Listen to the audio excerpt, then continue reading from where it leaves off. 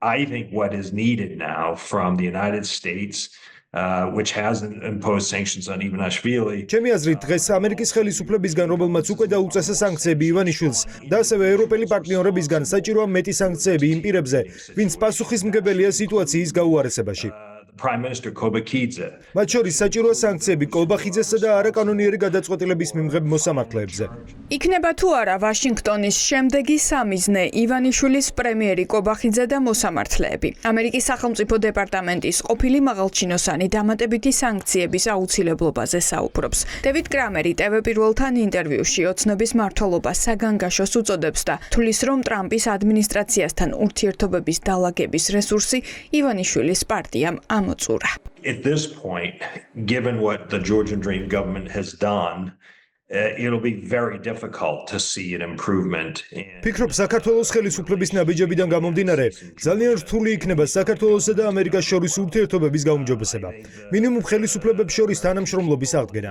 ფიქრობ, ამერიკის მოსახლეობა, ამერიკის აღმასრულებელი თუ საკანონმდებლო ხელისუფლება კაფეოდ უჭერს მხარს ქართულ ხალხს და ძალიან მნიშვნელოვანია ხელისუფლება მოსახლეობაში არ აგვერიოს. ფიქრობ, ქართულმა ოცნებამ გაფლანგა მისი ლეგიტიმაცია და ამიტომ იგი ნელ-ნელა უფრო და უფრო ყალიბდება არალეგიტიმურ ხელისუფლებად.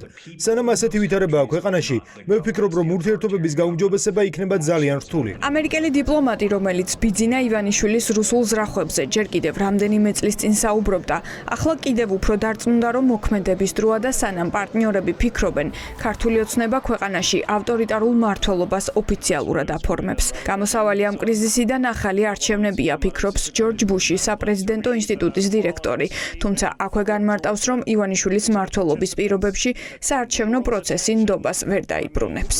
ქართულ ოცნებას უნდა აჩვენოს, რომ ასეთი საქციელი არ იქნება მიღებული და მათ დიდ ზარალს მოუტანს. ევროპელებმა ამ მხრივ უფრო სწრაფად უნდა იმუშაონ და ამერიკამ კიდევ უნდა გაამკაცროს ივანიშვილის წინააღმდეგ სანქციები და ეს უნდა ქნან რაც შეიძლება სწრაფად. ასევე რაც ქვეყანას კრიზისიდან გამოიყვანს, ჩემი აზრით არის ახალი არჩევნები, მაგრამ ეს არჩევნები უნდა ჩატარდეს ახალი საარჩევნო ადმინისტრაციის პირობებში და იმის უზრუნველყოფით, რომ ეს არჩევნები იქნება თავისუფალი და სამართლიანი. ფიქრობ, არსებული ხელისუფლების პირობებში ამ არჩევნების ჩატარება არაფერს შეცვლის.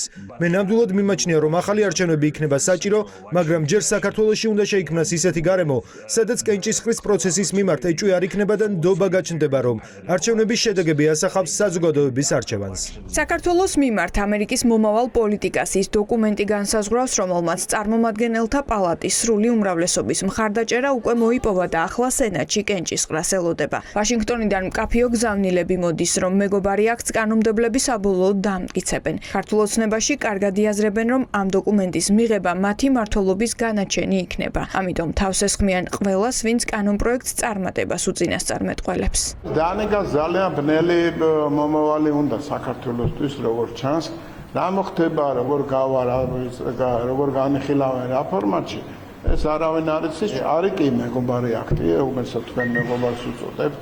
არის კი სიმართლე ის, რომ ჩვენ ვთქვათ, ირანის პარტნიორები ვართ. ქართულ ოცნებას ტრამპის ადმინისტრაციასთან ურთიერთობების გაუმჯობესების გზამკვლევის 3 პუნქტით უკვე მიღებული აქვს. ამერიკის ელჩი განმარტავს, რომ პირველი ნაბიჯი ამერიკის წინააღმდეგ დეზინფორმაციის დაუყოვნებლივ დასრულებაა. რა შეიძლება იყოს ამერიკის მთავრობის დანარჩენი ორი პრიორიტეტი ვკითხეთ შეერთებულ შტატებში საქართველოს ყოფილ ელჩს. ანტიამერიკანიზმი სტრატეგიულად მნიშვნელოვანი ამერიკისთვის რეგიონში მათთვის არის მიუღებელი. ანტიამერიკანიზმი არის რუსული ინტერესების გაძლიერება, ბუნებრივია თავისთავად და სანქციებზე თავის არიდებაში დახმარება, ირანთან მჭიდრო ურთიერთობა და ირანის ინტერესების, ირანის ოპერაციების რეგიონში ხელშეწყობა და ეს არის პირდაპირ რუსების მიერ ნაკარნახები მარტივი მიზეზით გამო, რომ რუსებმა იციან რა არის წითელი ხაზები, ანუ როგორ შეიძლება დაიწვას ხიდები დასავლეთთან და შესაბამისად ქართულ ოცნებამ გადადგა ის ნაბიჯები, რომელიც იყო სწორედ ამ წითელი ხაზის მიღმა. ამ დროისთვის ჩანს, რომ ქართული ოცნება ტრამპის ადმინისტრაციის პრიორიტეტების საპირისპირო ნაბიჯებს დგამს. მაგალითად, სულ უფრო აღრმავებს ეკონომიკურ და პოლიტიკურ ურთიერთობებს ირანთან, რომელიც ამერიკისთვის ბირთვულ საფრთხეს წარმოადგენს. დამატებით ელჩისგან ვიგებთ, რომ ივანიშვილის ხელისუფლება ტრამპის ადმინისტრაციას მუქარი შემცველ წერილებს უგზავნის. ვაშინგტონის პასუხის მოსმენას კი საჭიროდაც არ თვლის. ახლა როგორ წარმოგიდგენიათ, ივანიშვილმა მიწერა ტრამპს თავხედური წერი. ტრამპს.